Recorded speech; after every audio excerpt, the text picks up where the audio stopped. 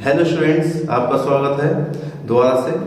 और आज हम डिस्कस करेंगे बैलेंस फोर्स और अनबैलेंस फोर्स। ठीक है, तो कल की वीडियो में हमने जाना था कि फोर्स क्या होता है, कि फोर्स किसी रुके हुए ऑब्जेक्ट को मोशन में लेके आ सकता है और मोशन में ऑब्जेक्ट को रेस्ट में लेके आ सकता है। यानी कोई ऑब्जेक्ट मूव कर रही है तो उसे रोक भी सकता है, चलते हुए ऑब्जेक्ट की डायरेक्शन को भी चेंज कर सकता है। लेकिन हम ये तो समझ गए कि फोर्स क्या है, लेकिन अब ये समझते हैं कि फोर्स के टाइप कितने होते हैं। तो बेटा फोर्स के टाइप्स होते हैं 2।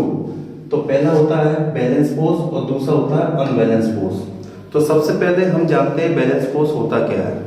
तो बैलेंस फोर्स का मतलब ये होता है कि अगर किसी ऑब्जेक्ट के ऊपर नंबर ऑफ फोर्सेज लगे हुए हैं तो उन सभी फोर्सेज का टोटल या फिर सम 0 होना चाहिए। तो इसे हम क्या बोलेंगे, बैलेंस्ड फोर्स। यानी वे सभी एक दूसरे को बैलेंस करने चाहिए। तो चलते हैं, एक एग्जांपल ले लेते हैं। तो देखिए यहाँ पर ग्राउंड पर एक बॉक्स रखा हुआ है। यहाँ पर हमने एक बॉक्स रख दिया है। ये देखिए ये बॉक्स है और इसके अंदर मास m है, इसके अंदर मास m है। तो हमने ये बॉक्स बना दिया, ये हमने बॉक्स बना दिया जिसके अंदर मास m है। तो अब आपको पता है कि हमारा जो ग्राउंड है, ग्रेविटी की वजह से इसके ऊपर फोर्स लगेगा नीचे की तरफ। तो इसके ऊपर एक फोर्स लगेगा नीचे की तरफ, इसे हम बोलते हैं force of gravity, force of gravity, या फिर वेट बोल सकते हैं, ऑब्जेक्ट का वेट। ठीक है, अब इसका एक अपोज करने के लिए इसके अपोजिट डायरेक्शन में एक और फोर्स लगेगा जिसे हम बोलते हैं force of reaction, force of reaction. ठीक है, फोर्स ऑफ रिएक्शन। मैं इसे इधर से धक्का मार रहा हूं या फिर आप इसे इधर से धक्का मारिए। ठीक है, तो इसकी तरफ लग रहा है ऐसे, एक फोर्स लगा हुआ है ऐसे, force of push, force of push, यानी हम धक्का मार रहे हैं। और इस डायरेक्शन में, इसके पुश की अपोजिट डायरेक्शन में एक फोर्स काम करना चालू कर देगा जिसकी डायरेक्शन क्या होगी, ये होगी। ठीक है, तो ये डायरेक्शन होगी तो हम इसे लिखेंगे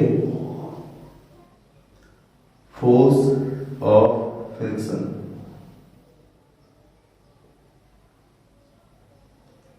ठीक है बेटा, तो देखिए इन पर, इस ऑब्जेक्ट पर 4 फोर्स लगे हुए हैं। पहला फोर्स लगा हुआ है जो हमने इसे धक्का मारा है, यानी फोर्स ऑफ पुश लगा हुआ है, हम इसे आगे की तरफ ढकेल रहे हैं।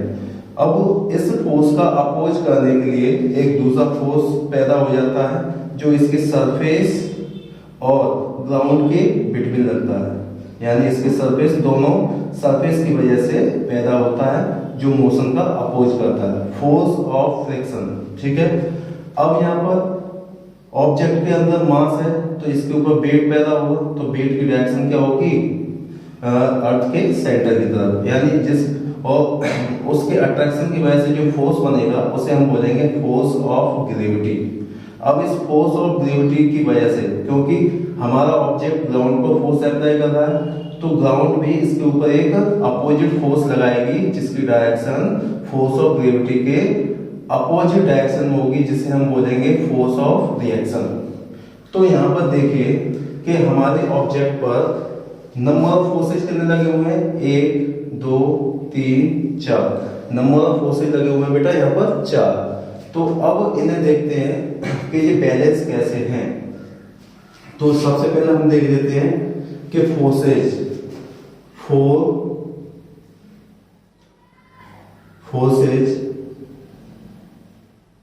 Act on the body. Body के ऊपर कितने फोर्स लगे हुए हैं, तो देखिए पहले लगा हुआ है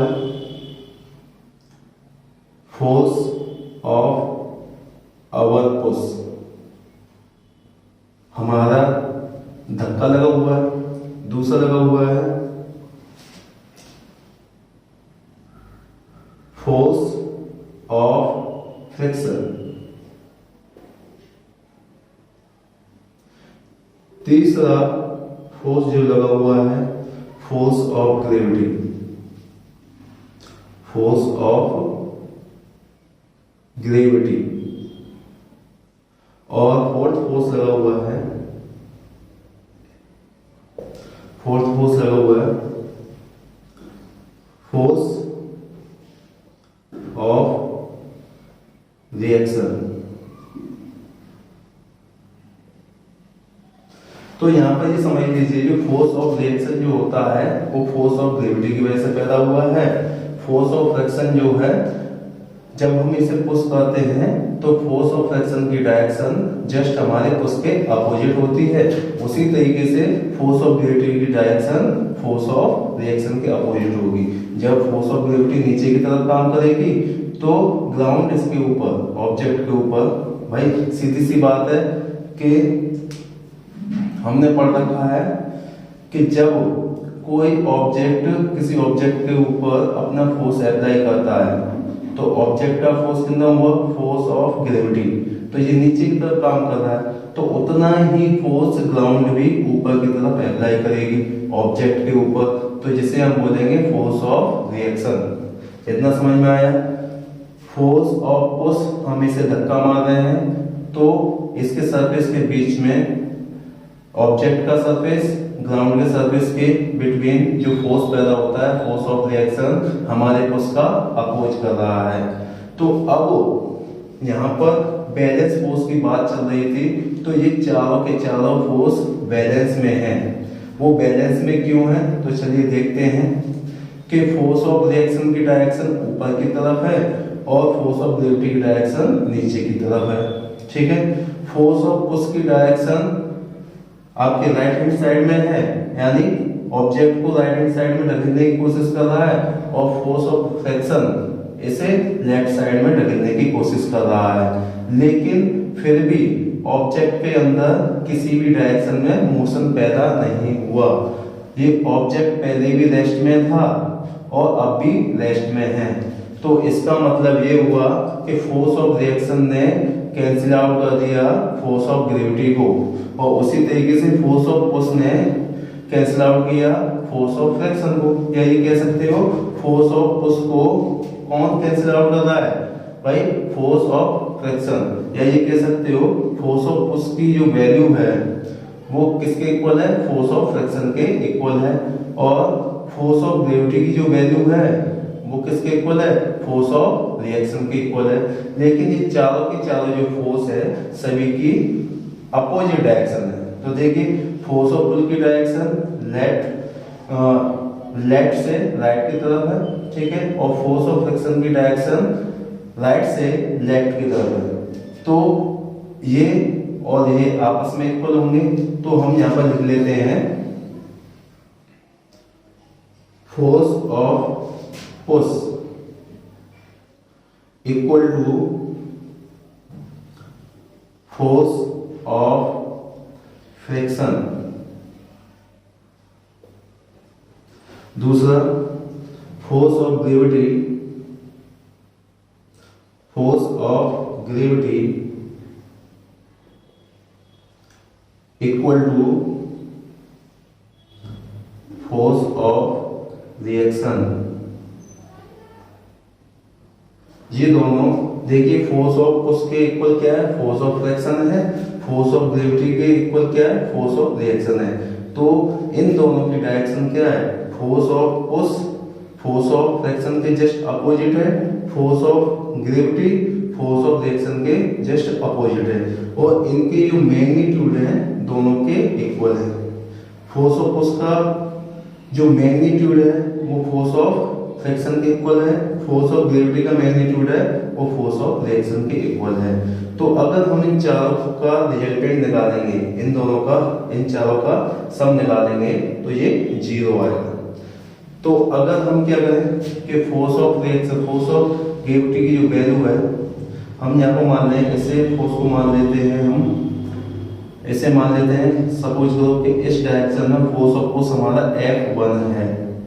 F1 की वैल्यू दे रखी है यहाँ पर 50 न्यूटन, ठीक है। उतना ही फोर्स, हम फोर्स ऑफ एक्शन को F2 मान लेते हैं, तो इसकी भी 50 न्यूटन है। इसके नीचे की तरफ वेट करना है, हम इसे F3 मान लेते हैं, तो F3 की डायरेक्शन नीचे की तरफ है, तो इसे हम मान लेते हैं इस 40 न्यूटन का फोर्स नीचे की तरफ लगा रहा है। तो उतना ही फोर्स ऑफ रिएक्शन F4 ऊपर की तरफ लगाएगा, तो इसकी भी कितनी हो जाएगी, 40 न्यूटन का ये भी फोर्स तुरंत भी ऑब्जेक्ट के ऊपर लगाएंगे।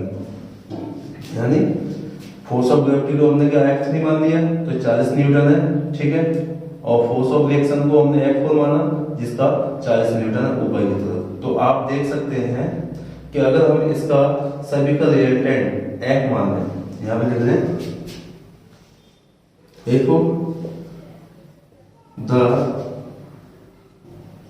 Resultant of all forces act on the body F. If the resultant of all the forces act on the body F, तो इनका सम निकाल देते हैं, तो F इक्वल टू क्या हो जाएगा, F1 plus F2 plus F3 plus F4। तो यहां पर देखते हैं F1 कितना है, 50 न्यूटन, 50 न्यूटन, प्लस F2 की वैल्यू कितनी है, 50 न्यूटन, कितने अपोजिट डायरेक्शन में, तो यहाँ पर माइनस का 50 न्यूटन, क्योंकि इसकी डायरेक्शन लेफ्ट से राइट की तरफ है, तो हम इसे पॉजिटिव मान लेते हैं, और इसकी जस्ट अपोजिट है, तो ये क्या हो, माइनस 50 न्यूटन, प्लस F3 की डायरेक्शन क्या, नीचे की तरफ, ग्राउंड की तरफ, तो 40 न्यूटन है इसकी, और प्लस इसकी ऊपर की तरफ है, यानी फोर्स ऑफ ग्रेविटी के जस्ट अपोजिट डायरेक्शन में, तो इसे हम नेगेटिव मान देते हैं 40 न्यूटन, ठीक है, इस तरीके से। तो अगर हम देखें, यहाँ पर आपको दिखाई दे रहा होगा, तो F का टोटल कितना वैल्यू आ रहा है, तो यहाँ पर देख सकते हो 50 माइनस 50 प्लस 40 माइनस 40, तो नेट जीरो, नेट फोर्स कितना है, 0। तो नेट फोर्स ऑन ऑब्जेक्ट कितना हो गया, F इक्वल टू 0। तो मैं आपको यही समझाने की कोशिश कर रहा था कि अगर किसी ऑब्जेक्ट के ऊपर नंबर ऑफ फोर्सेज लगे हुए हैं और उनका रिजल्टेंट कितना आ जाए, 0 आ जाए, तो वो फोर्सेज कैसे कहलाएंगे, बैलेंस फोर्सेज कहलाएंगे। अगर किसी ऑब्जेक्ट पर नंबर ऑफ फोर्सेज लगे हुए हैं और उनका रिजल्टेंट कितना हो जाए, 0 हो जाए, तो वो फोर्सेज क्या कहलाएंगे आपके, सीधी सी बात है, बैलेंस फोर्स कहलाएंगे। तो एक और ऑब्जेक्ट, अब इसके बैलेंस फोर्स के बारे में हम डेफिनेशन देख सकते हैं कि डेफिनेशन क्या है। तो definition of the balance force, ठीक है, बैलेंस फोर्सेज, तो हम देख लेते हैं, इन्हें मिटा देते हैं, ये आपने देख लिया होगा। तो हम यहां लिख सकते हैं definition, if the resultant of all forces act on the body object on the body is 0 या इक्वल टू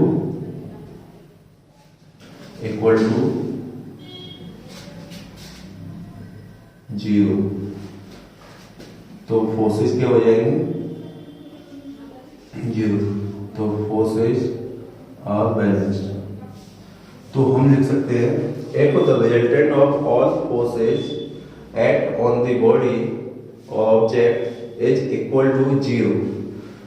तो कितने होगा, रिजल्टेंट कितना होना चाहिए 0। तो यहाँ पे लिख सकते हैं F equal to F1 plus F2 plus F3 plus dot dot dot Fn तक। तो ये कितना हो जाएगा 0 होना चाहिए। तो ये रिक्वायर्ड फॉर्मूला बना, ठीक है, ये रिक्वायर्ड फॉर्मूला बना। तो फोर्स की ऐसा यूनिट क्या होती है बेटा, न्यूटन होती है, ठीक है, जितना समझ लेना। तो ये चल रहा क्लियर। तो फोर्स की वैल्यू 0 हो गई। तो बैलेंस फोर्स के इफेक्ट क्या क्या हो सकते हैं, तो देखिए बैलेंस फोर्स किसी रुके हुए ऑब्जेक्ट को मोशन में नहीं लेके आ सकता, या ये कह सकते हो किसी रेस्ट में रखी हुई बॉडी को वो मोशन प्रोवाइड नहीं करा सकता। दूसरा, इसी का अपोजिट हम देखते हैं कि अगर कोई ऑब्जेक्ट मोशन में है तो बैलेंस फोर्स उसे मोशन से रेस्ट में नहीं लेके आ सकते। तो इसका मतलब है कि ऑब्जेक्ट के ऊपर अगर बैलेंस फोर्स लगे हुए हैं और ऑब्जेक्ट मोशन कर रहा है तो ऑब्जेक्ट मोशन ही करता रहेगा। ऑब्जेक्ट ना तो उसकी स्पीड को, यानी जो फोर्सेज है, बैलेंस फोर्सेज है, ना तो ऑब्जेक्ट की स्पीड को इंक्रीज करेंगे और ना ही उसे रेस्ट में लेके आएंगे। तो बैलेंस फोर्स ना तो ऑब्जेक्ट की स्पीड में इंक्रीमेंट कर सकते हैं और ना ही उसे स्टॉप कर सकते हैं। उसी तरीके से अगर ऑब्जेक्ट रेस्ट में रखा हुआ है और उसके ऊपर बैलेंस फोर्सेज लगे हुए हैं तो बैलेंस फोर्सेज उसे ना तो मोशन में लेके आ पाएंगे, ठीक है, जिस स्टेट में ऑब्जेक्ट रखा हुआ है उसकी स्टेट वही रहेगी और ना ही उसकी डायरेक्शन को चेंज कर पाएंगे, ठीक है। बैलेंस फोर्सेज किसी ऑब्जेक्ट का शेप चेंज कर सकते हैं। क्या? बैलेंस फोर्सेज किसी ऑब्जेक्ट का शेप चेंज कर सकते हैं। हाँ, अगर हम एक बैलून ले लें और बैलून पर हमने क्या किया, एक यहाँ पर हम बैलून ले लेते हैं, ये हमने ये बैलून ले लिया और बैलून के ऊपर एक फोर्स हमने इधर से लगाया 5 न्यूटन का, F एक इधर से लगाया और एक फोर्स इधर से लगाया 5 न्यूटन का, ठीक है। एक फोर्स 5 न्यूटन इधर से लगाया, एक फोर्स 5 न्यूटन इधर से लगाया, तो ये क्या करेंगे, इसकी जो शेप जो होगी वो इस टाइप से हो जाएगी। इस टाइप से कुछ बैलून इस टाइप से इसका शेप चेंज हो जाएगा जी, अंदर की तरफ तो दब जाएगा, ठीक है। तो हम ये कह सकते हैं कि बैलेंस फोर्स किसी ऑब्जेक्ट के शेप को चेंज कर सकते हैं, ठीक है, लेकिन किसी ऑब्जेक्ट में मोशन प्रोवाइड नहीं करा सकते। अगर ऑब्जेक्ट रेस्ट में है तो मोशन प्रोवाइड नहीं कराएंगे और अगर मोशन में है तो उसे रेस्ट में नहीं लेके आ सकते। तो बेटा आप अच्छी तरीके से बैलेंस फोर्स समझ गए होंगे। तो अगर किसी ऑब्जेक्ट के ऊपर नंबर ऑफ फोर्सेज लगे हुए हैं और उनका सम 0 है, उन सभी फोर्सेज का सम 0 है, तो इसका मतलब ये है कि उस ऑब्जेक्ट पर बैलेंस फोर्स लगे हुए हैं। ये वाला ऑब्जेक्ट पहले भी रेस्ट में था और अब भी रेस्ट में है, तो F1 ने इसे 50 न्यूटन को कैंसिल आउट कर दिया, ये वाला फोर्स इसे कैंसिल आउट कर देगा इस वाले को, और ये वाला फोर्स इसको कैंसिल आउट कर देगा। तो ये पहले रेस्ट में था तो ये रेस्ट में ही रहेगा, और अगर ये मोशन में था तो ये मोशन में ही रहेगा। तो ये एक दूसरे को चार फोर्स क्या कर देंगे, कैंसिल आउट कर देंगे, क्योंकि इनकी जो डायरेक्शन है वो एक दूसरे के अपोजिट डायरेक्शन में है और मैग्नीट्यूड बिल्कुल इक्वल है, जिसकी वजह से ये एक दूसरे को कैंसिल आउट कर रहे हैं, जिसकी वजह से नेट फोर्स जो निकल के आया था हमारा 0 निकल के आया था जी। तो हो गया बेटा आपका बैलेंस फोर्स। अब बात करते हैं अनबैलेंस फोर्स। तो अनबैलेंस फोर्स का मतलब ये होता है जस्ट इसी के अपोजिट। तो अनबैलेंस फोर्स को समझ लेते हैं, चलिए। तो अनबैलेंस फोर्स क्या होगा, तो देखो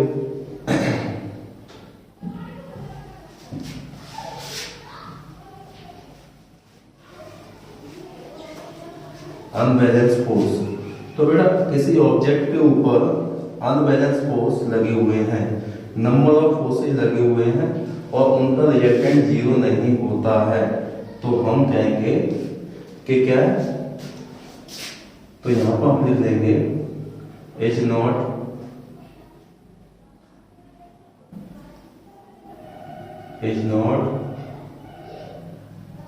equal to 0 if the resultant of all forces act on the body or object is not equal to 0, तो फोर्सेस क्या कहलाएंगे, अनबैलेंस्ड फोर्स कहलाएंगे। तो यहां पर हम लिखेंगे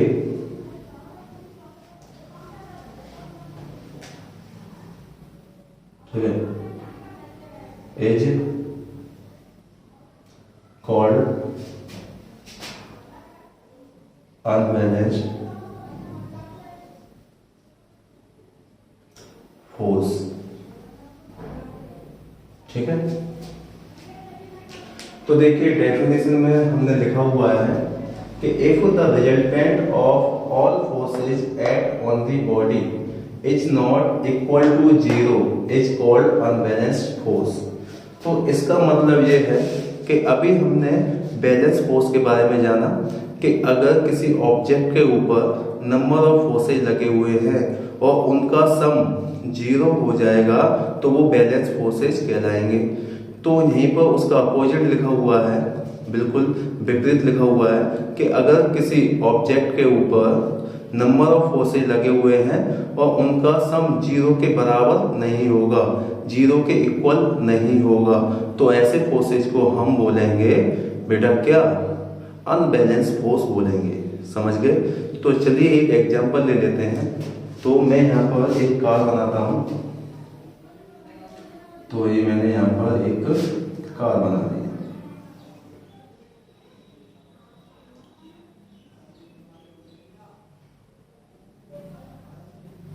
ठीक है,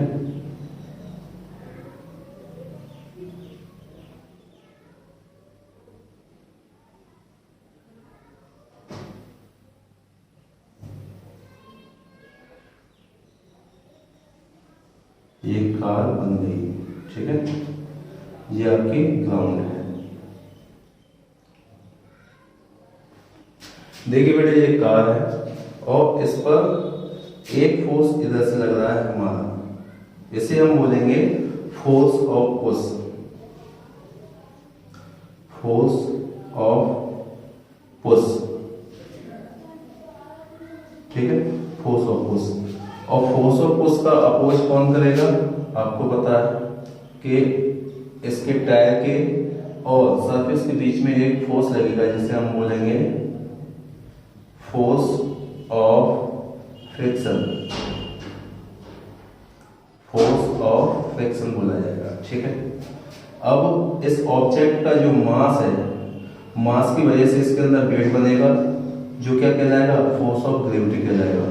तो फोर्स ऑफ ग्रेविटी नीचे की तरफ हमेशा काम करती है, वर्टिकल डाउनवर्ड, तो ये कहलाएगी force of gravity, gravity.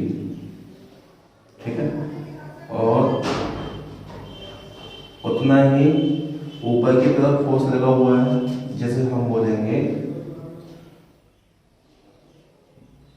Force of reaction, force of reaction.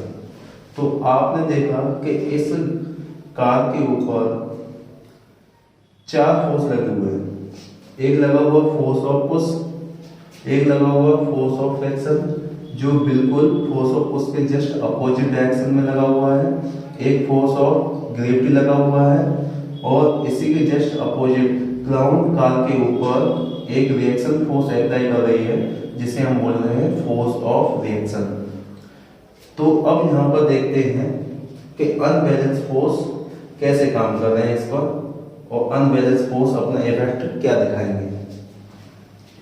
तो यहाँ पर पहला फोर्स लगा हुआ है, force is act on the car. ठीक है, तो पहला है फोर्स ऑफ पुश। दूसरा क्या लगा हुआ है, फोर्स ऑफ फ्रिक्शन। और तीसरा लगा हुआ है फोर्स ऑफ ग्रेविटी। और चौथा फोर्स जो लगा हुआ है वो है force of reaction by ground. ठीक है, तो यहां पर ये चार फोर्सेज लगे हुए हैं। फोर्स ऑफ पुश जो हम इसे कार को धक्का मार रहे हैं, फोर्स ऑफ फ्रिक्शन जो कार के टायर्स और ग्राउंड के बिटवीन लगा हुआ है, फोर्स ऑफ ग्रेविटी जो कार की मास की वजह से, इसके अंदर मास m है, कार की मास की वजह से नीचे की तरफ लगा हुआ है, और force of reaction by the ground, इस मास की ग्रेविटी का अपोज करने के लिए ग्राउंड कार के ऊपर की तरफ यानी ऊपर की डायरेक्शन में क्या लगा दी, फोर्स लगा दी, जस्ट फोर्स ऑफ ग्रेविटी के, जो हम पहले बता चुके हैं, जैसे ऑब्जेक्टिव पे लगाया था उसी तरीके से यहाँ पे लगा हुआ। तो अगर इन चारों फोर्सेज का रिजल्टेंट जीरो नहीं होता है, अगर इन चारों फोर्सेज का रिजल्टेंट जीरो नहीं होगा तो ये क्या कहलाएंगे, अनबैलेंस फोर्स। तो देखिए फोर्स ऑफ रिएक्शन और फोर्स ऑफ ग्रेविटी ये हमेशा इक्वल रहते हैं। Force of reaction, force of gravity हमेशा इक्वल होंगे, तो ये तो एक दूसरे को कैंसिल आउट कर देंगे। लेकिन फोर्स ऑफ पुश और फोर्स ऑफ फ्रिक्शन कभी इक्वल नहीं हो सकते। किस कंडीशन में, अनबैलेंस फोर्स की कंडीशन में, यानी अनबैलेंस फोर्स की कंडीशन में फोर्स ऑफ पुश और फोर्स ऑफ फ्रिक्शन ये दोनों कभी इक्वल नहीं होंगे। फोर्स ऑफ पुश हमेशा फोर्स ऑफ फ्रिक्शन से ज्यादा ही होगा। ठीक है, तो इस कंडीशन में अगर force of push force of friction से ज्यादा है, यानी ज्यादा है, तो इस कंडीशन में कार मोशन में आ जाएगी, यानी अगर कार रेस्ट में है तो मोशन में आ जाएगी। क्लियर। तो अगर हम फोर्स ऑफ पुश को F1 मान लें, कितना मान लें, F1, और इसकी जो वैल्यू है हम मान लेते हैं 100 न्यूटन। तो न्यूटन फोर्स की ऐसा यूनिट होती है। और फोर्स ऑफ फ्रिक्शन को अगर हम मान लें इसे F2 की वैल्यू मान लेते हैं 90 न्यूटन। ठीक है, फोर्स ऑफ ग्रेविटी को मान लेते हैं हम यहाँ पर F3, तो इसे मान लेते हैं हम कितना, 1000 न्यूटन। क्लियर। और यहाँ पर F4 जो होगा ये भी कितना हो जाएगा, 1000 न्यूटन हो जाएगा F4। तो अगर हम इन चारों फोर्सेज का रिजल्टेंट निकालें जो हमने एक क्वांटिटी मान रखी है, तो अब इसका सम क्या होगा, रिजल्टेंट सम हम मान लेते हैं कि resultant of F1, F2, F3 and F4 का रिजल्टेंट कितना है, F है। तो अगर हम इसका रिजल्टेंट कितना निकालें, रिजल्टेंट निकालें F1 plus F2 plus F3 plus F4, तो इनका रिजल्टेंट कितना आएगा। तो बस इनका रिजल्टेंट जीरो नहीं आना चाहिए, तो हम मान लेंगे कि जे इस ऑब्जेक्ट पर जो लगने वाले फोर्स हैं वो अनबैलेंस होंगे। तो F1 की वैल्यू कितनी है, 100 न्यूटन, 100 न्यूटन। ठीक है, अब देखो F2 की वैल्यू कितनी है, 90, लेकिन फोर्स ऑफ पुश के जस्ट अपोजिट डायरेक्शन में है, तो इसे हम नेगेटिव लेंगे, 90 न्यूटन। ठीक है, प्लस फोर्स ऑफ ग्रेविटी को अगर पॉजिटिव ले रहे हैं 100 1000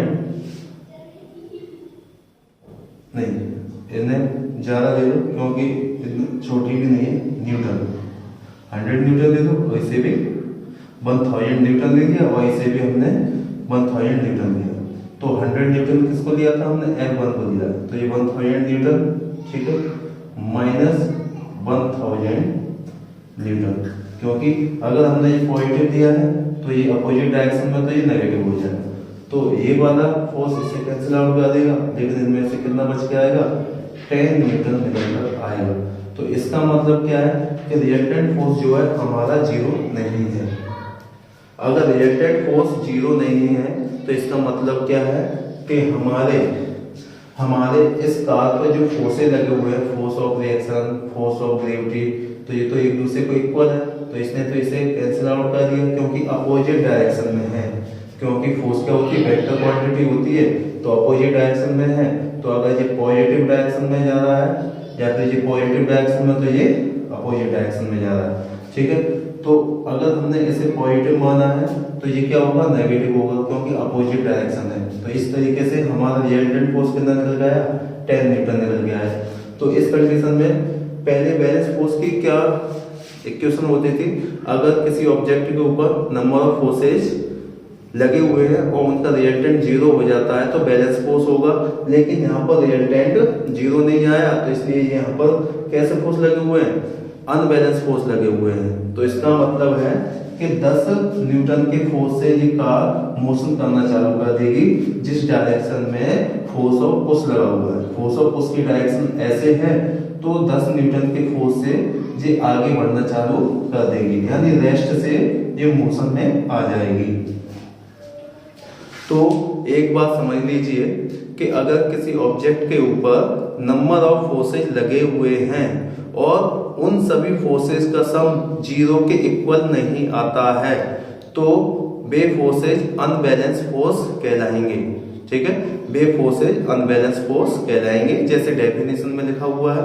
तो यहाँ पर भी हमने आपको बताया, एक एग्जांपल देगा, तो यहाँ पर F1 plus F2 plus F3 plus F4 एक ऑब्जेक्ट के ऊपर लगे हुए हैं और उनका रिएक्टेंट जीरो नहीं होता है, तो इसका मतलब ये अनबैलेंस फोर्स है। तो ये क्या हो गया, ये अनबैलेंस कहलाएगा,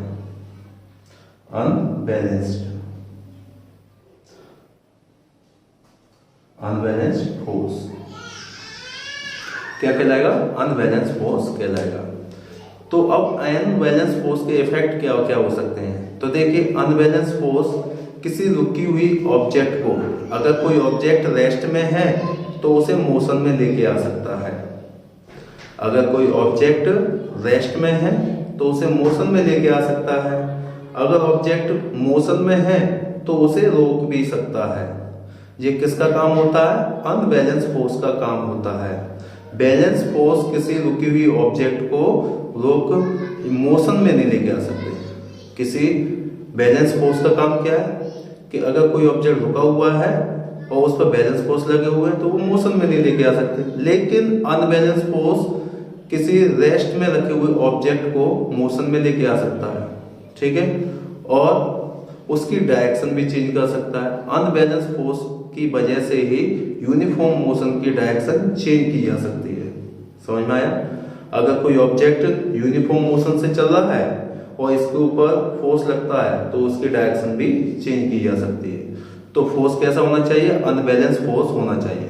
तो इतना आप समझ गए बेटा। तो थोड़ा सा और रिकैप कर लेते हैं, अनबैलेंस फोर्स क्या क्या कर सकता है। अनबैलेंस फोर्स के इफेक्ट वे सभी हैं जो हमने पहले डिस्क्राइब कर चुके हैं। तो अनबैलेंस फोर्स की वजह से रेस्ट में जो ऑब्जेक्ट है मोशन में आ सकता है, ठीक है, यानी वो स्टेट को चेंज कर सकता है। Unbalance force change the state of rest. दूसरा पॉइंट होगा unbalance force change the state of motion. अगर यूनिफॉर्म मोशन कर रहा है तो उसे एक्सेलरेटेड बना सकता है, उसकी स्पीड को इंक्रीज कर सकता है या फिर डिक्रीज कर सकता है। कौन सा फोर्स करेगा, अनबैलेंस फोर्स करेगा। दूसरी बात, शेप एंड साइज को चेंज कर सकता है। अनबैलेंस फोर्स की वजह से किसी ऑब्जेक्ट का शेप और साइज चेंज किया जा सकता है। अगर हम स्प्रिंग पर अनबैलेंस फोर्स लगाते हैं तो उसका शेप एंड साइज चेंज हो जाएगा। तीसरा पॉइंट, अगर कोई ऑब्जेक्ट यूनिफॉर्म मोशन में जा रहा है तो उसकी डायरेक्शन चेंज करनी है तो हमें उसके ऊपर अनबैलेंस फोर्स लगाना पड़ेगा, जिसकी वजह से उसकी डायरेक्शन, यूनिफॉर्म मोशन की डायरेक्शन चेंज हो जाएगी। ठीक है, तो मैंने आपको ये 3-4 इफेक्ट बताए अनबैलेंस फोर्स के। ठीक है, जितना भी ट्विस्ट, लिफ्ट वगैरह आप देखते हो वो सभी इफेक्ट किसके, अनबैलेंस फोर्स के हैं।